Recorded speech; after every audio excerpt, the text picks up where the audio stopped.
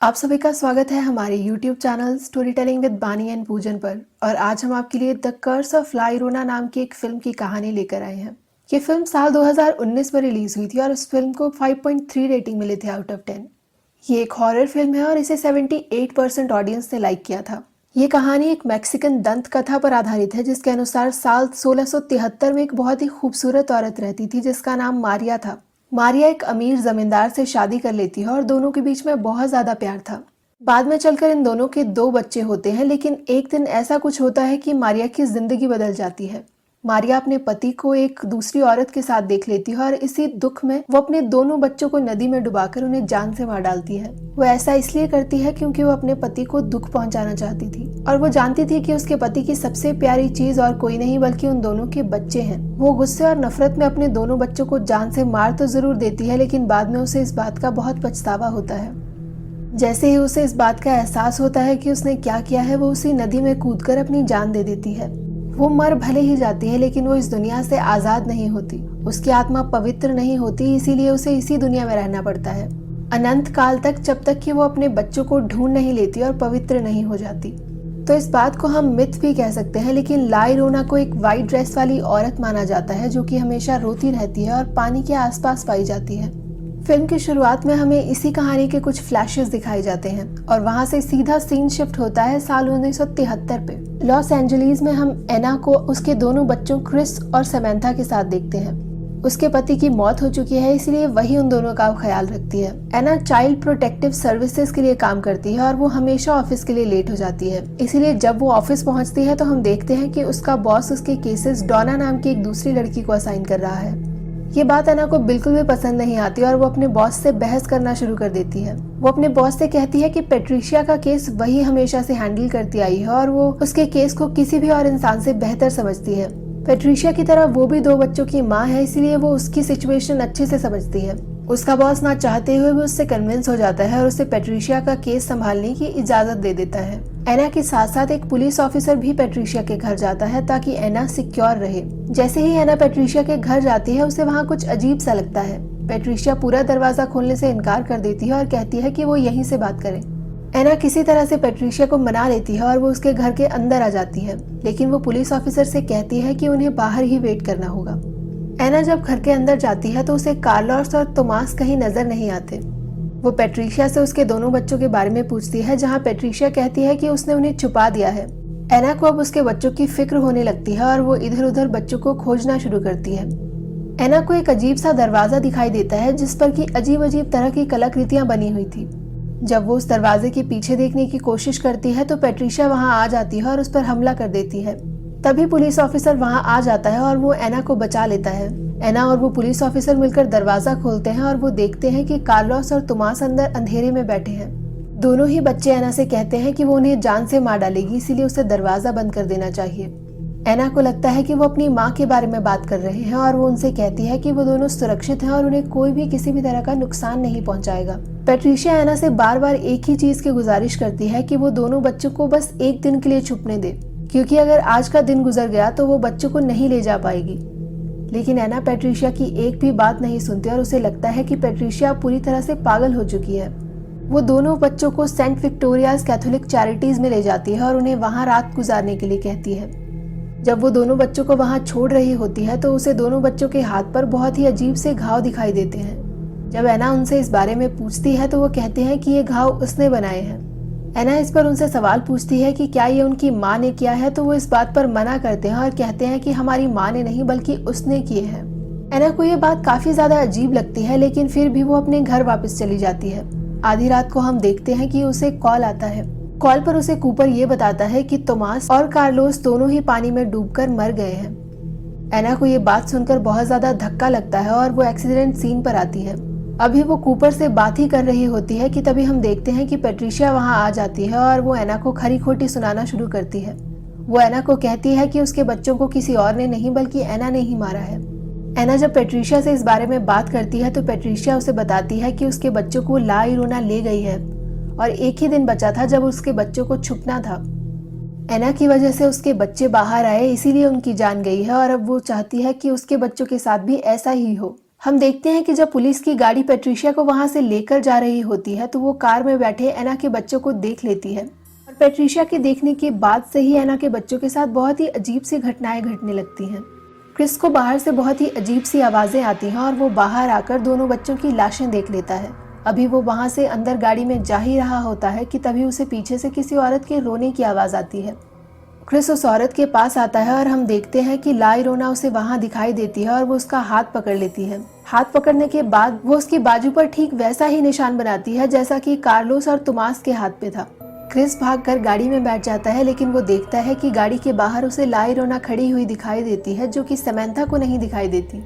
Samantha Chris से बार बार यही पूछती है कि वो आखिर इस तरह से डरा हुआ क्यों है, जिस पर कि क्रिस उसे यही बताता है कि उसे चुप रहना चाहिए।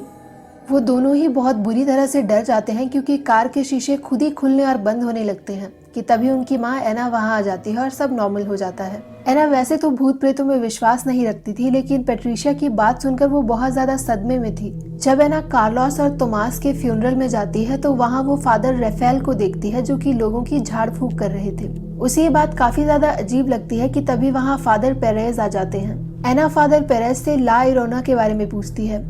फादर उसे पूरी बात बताते हैं और वो उसे क्रॉस ऑफर करते हैं। एना ये कहते हुए क्रॉस लेने से इनकार कर देती है कि वो ये सब बातों में नहीं मानती और वो वहां से चली जाती है। हम देखते हैं कि समंथा अपने घर पर एक दिन अकेली खेल रही होती है कि तभी पूल के पास उसे ला इरोना दिखाई देती है। वो उसका भी हाथ पकड़ लेती है और उसके हाथ पर वही सेम निशान बना देती है जो कि क्रिस के हाथ पर भी बना था। एना जब दोनों बच्चों के पास आती है और उनके डरे होने की वजह पूछती है तो दोनों ही बच्चे उससे झूठ बोल देते हैं कि ये निशान उनके गिरने से बने हैं। तभी हम देखते हैं कि कूपर उनके घर आ जाता है और वो उनके लिए डिनर लेकर आता है।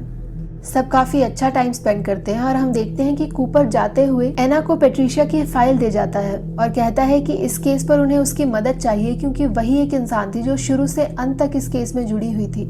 उन सबको ये लग रहा था कि कहीं ना कहीं पेट्रिशिया ने ही अपने दोनों बच्चों की जान ली है। जहाँ एक तरफ एना पेट्रिशिया से बात करने जेल जाती है, वहीं हम देखते हैं कि फादर रेफेल पेट्रिशिया के घर जाते हैं और ला इरोना के आंसू इकट्ठे करते हैं। पेट्रिशिया अपनी बातों पर अड़ी रहती है और वो एना से कहती है कि उसके बच्चों की मौत उसी की वजह से हुई है और अब वो उसके बच्चे भी उससे छीन लेगी।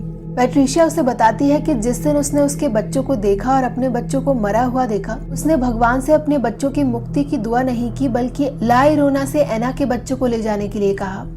पेट्रिशिया अब एना से कहती है कि जैसे उसके बच्चों ने सफर किया था, ठीक उसी तरह से वो और उसकी फैमिली भी सफर करेंगे। एना जब घर जाती है तो वो देखती है कि क्रिस नींद में ही चल रहा था। एना उसे रोककर उसके कमरे में वापस भेज देती है और वो देखती है कि उसे वहाँ ला इरोना भी दिखाई देती है। उसके डर का कोई ठिकाना नहीं रहता, लेकिन सबसे पहले वो बच्चों को हॉस्पिटल लेके जाती है ताकि उनके जख्मों का इलाज किया जा सके। डॉक्टर जब दोनों बच्चों के हाथों पर जले हुए जख्म देखते हैं तो कहीं ना कहीं उन्हें उनकी माँ पर शक होता है, इसीलिए वो चाइल्ड प्रोटेक्टिव सर्विसेज वालों को उनके घर भेज देते हैं। डोना और कूपर एना के घर आते हैं और उसे घर से बाहर भेज देते हैं ताकि वो बच्चों से अकेले में बात कर सके, लेकिन दोनों ही बच्चे अपनी बात पर अड़े रहते हैं और वो यही कहते हैं कि वो गिर गए थे और उनकी माँ ने उन्हें नुकसान नहीं पहुंचाया है। जैसे ही डोना और कूपर घर से बाहर जाते हैं, हम देखते हैं कि एना क्रिस से बात करती है। इस बार क्रिस झूठ नहीं बोलता और अपनी माँ को सब सच बता देता है। तभी एना को ये याद आता है कि समंथा टब में नहा रही है। उसे उसकी फिक्र होने लगती है और वो भागते हुए उसके पास जाती है कि तभी हम देखते हैं कि समंथा टब में डूब रही है और वो ऑलमोस्ट मरने ही वाली है। एना वहां जाकर उसे बाहर तो निकाल देती है, लेकिन हम देखते हैं कि ला इरोना एना को पकड़ लेती है और एना के हाथ पर भी ठीक वही निशान बना देती है। अब एना सीधा फादर पेरेज के पास जाती है और उनसे इस सब चीजों का हल पूछती है। फादर उसे बताते हैं कि इस चीज के लिए चर्च का एक ग्रुप है जो कि स्पेशलाइज्ड है, लेकिन उनका अप्रूवल लेने में हफ्तों लग सकते हैं क्योंकि फादर और एना दोनों ही ये बात जानते हैं कि इतने दिनों बाद बहुत ज्यादा देर हो जाएगी। इसीलिए फादर पेरेज एना को फादर रेफेल के पास भेज देते हैं। फादर रेफेल पहले एक चर्च का ही हिस्सा थे, लेकिन बाद में उन्होंने चर्च छोड़ दिया था और उन्होंने अपना ही अलग काम शुरू कर दिया था। वो लोग जैसे ही फादर रेफेल के पास जाते हैं, फादर उनकी मदद करने से इनकार कर देते हैं और उन्हें वहाँ से चले जाने के लिए कहते हैं, लेकिन तभी वो समंथा के हाथ पर बना हुआ निशान देख लेते हैं और वो समझ जाते हैं कि उन्हें उनकी मदद करनी ही पड़ेगी। एना फादर से कहती है कि वो अपने दोनों बच्चों को बचाने के लिए होटल शिफ्ट हो जाएगी, जिस पर फादर उससे कहते हैं कि आत्मा उसके परिवार से जुड़ी है, ना कि उसके घर से। वो सब कहीं भी जाएंगे, आत्मा वहाँ उनका पीछा करेगी। अब फादर कुछ सामान उठा लेते हैं और एना से कहते हैं कि उन्हें जल्दी से जल्दी घर जाना होगा और तैयारी करनी होगी। अब फादर राफेल ला llorona के बारे में कुछ चीजें बताते हैं, जैसे कि ला llorona को शापित स्त्री भी कहा जाता है। उसकी ताकत अंधेरे में छुपी होती है, इसलिए जैसे ही रात होती है उसकी ताकतें बहुत ज्यादा बढ़ जाती हैं। फादर उन लोगों को एक क्रॉस दिखाते हैं और कहते हैं कि ये फायर ट्री से बना है, और फायर ट्रीज ही ऐसी एक चीज है जो कि ला llorona को कमजोर बनाते हैं, क्योंकि जब ला llorona अपने बच्चों को डुबाकर मार रही थी तो वही इकलौते थे जिन्होंने ये सारी चीज विटनेस की थी, और वो रोए भी थे। फादर अब पूरे घर में कैंडल्स जला देते हैं और एना और उसके परिवार को कैंडल्स के बीच में बैठने के लिए कहते हैं। फादर उन सबको एक बेट की तरह यूज करते हैं ताकि ला llorona घर से बाहर जा सके। जैसे ही ला llorona घर से बाहर जाती है, हम देखते हैं कि फादर फायर ट्री के बीजों को दरवाजे पर रख देते हैं ताकि वो वापस अंदर ना आ सके। इस कहानी में समंथा की एक बहुत प्यारी गुड़िया मिस्टी भी है, जो कि उसके पापा ने उसे गिफ्ट की थी। जैसे ही वो डॉल को अंदर खींचती है, हम देखते हैं कि वो फायर ट्री के सीड से बनी हुई लाइन को भी मिटा देती है। इसी के साथ ला llorona घर के अंदर आ जाती है और समंथा को खींचकर पूल में ले जाती है। फादर बिल्कुल भी देरी ना करते हुए पूल के पानी को प्योरीफाई कर देते हैं ताकि ला llorona को वहां से निकाला जा सके और एना और उसकी बेटी को बचाया जा सके। एना जैसे ही बाहर आती है, वो समंथा के साथ साथ ला llorona के लॉकेट को भी अपने साथ ले आती है। ये वही लॉकेट था जो उसके दोनों बेटों ने उसे दिया था। फादर कहते हैं कि समंथा अभी भी ला llorona के कब्जे में है और ला llorona जब भी उसे बुलाएगी तो उसे जाना होगा। इसीलिए वो दोनों के दोनों बच्चों को अलमारी में छुपने के लिए कहते हैं ताकि सुबह होने तक वो सेफ रह सके। फादर और एना किचन में होते हैं कि तभी हम देखते हैं कि पैट्रिशिया गन के साथ उनके घर में घुस जाती है और दोनों बच्चों को घर से बाहर निकालने लगती है। इसी झड़प में वो फादर के ऊपर गोली चला देती है और साथ ही वो फायर ट्री के बीजों से बनी हुई लाइन भी मिटा देती है। जहां एक तरफ फादर जख्मी हो चुके हैं, वहीं दूसरी तरफ ला llorona एना को कमरे में कैद कर देती है। वो दोनों बच्चों को अपने साथ ले जाने के लिए उनका पीछा करती है, लेकिन दोनों बच्चे बहुत ही चालाकी से घर के एटिक में छुप जाते हैं। ला llorona वहां भी चली आती है, लेकिन हम देखते हैं कि क्रिस के पास ला llorona का वो लॉकेट था। जैसे ही वो इस लॉकेट को देखती है, हम देखते हैं कि वो वापस से वही खूबसूरत औरत बन जाती है। उसकी आंखों से काले आंसू निकलने लगते हैं और वो बहुत ज्यादा इमोशनल हो जाती है। तभी पैट्रिशिया को यह एहसास होता है कि कहीं ना कहीं वो गलत कर रही है, इसलिए वो जाकर एना को आजाद कर देती है और उसे कहती है कि उसे अपने बच्चों को बचा लेना चाहिए। अभी एना अपने बच्चों के पास पहुंचने ही वाली होती है कि तभी हम देखते हैं कि समंथा एक कपड़ा हटा देती है, जिससे कि आईना आजाद हो जाता है। जैसे ही आईने के ऊपर से कपड़ा हटता है, हम देखते हैं कि ला llorona अपना चेहरा देख लेती है और वापस गुस्से में आ जाती है। वो दोनों बच्चों को अपने साथ लेकर जाने ही वाली होती है कि तभी हम देखते हैं कि फादर वो फायर ट्री से बना हुआ क्रॉस एना की तरफ फेंक देते हैं। एना वो क्रॉस उठाकर ला llorona की छाती में गाड़ देती है, जिसके बाद कि उसकी मौत हो जाती है। सुबह होने पर वो लोग फादर राफेल का धन्यवाद करते हैं और इसी के साथ हमारी कहानी खत्म हो जाती है। जितना मैंने इस कहानी पर रिसर्च किया था, उसके अकॉर्डिंग साउदर्न अमेरिका और मैक्सिको में इस कहानी को सच माना जाता है। ये माना जाता है कि यह घटना असल में हुई थी और बहुत से लोगों ने वहाँ ला llorona को देखा था। और अगर हम अब की बात करें तो आज के टाइम में बच्चों को डराने के लिए कहानी सुनाई जाती है। इस फिल्म का जो मुझे सबसे बड़ा हाईलाइट लगा वो ये था कि ये कहानी साल 2019 में शूट की गई है, लेकिन फिर भी सारी चीजों को इतना स्मार्टली क्रिएट किया गया है कि आपको यही लगेगा कि ये 1973 का दौर चल रहा है। तो ऐसी फिल्में जो मुझे एक टाइम ट्रैवल का अनुभव देती हैं, उनके लिए मेरे दिल में एक खास जगह है। So thank you so very much. हमें कमेंट सेक्शन में बताइएगा जरूर कि आपको डिस्क्राइब की हुई हॉरर फिल्में कैसी लगती हैं, और अगर आप चाहते हैं कि हम और भी हॉरर फिल्में एक्सप्लेन करें तो प्लीज हमें बताइएगा। Thank you so very much and stay tuned.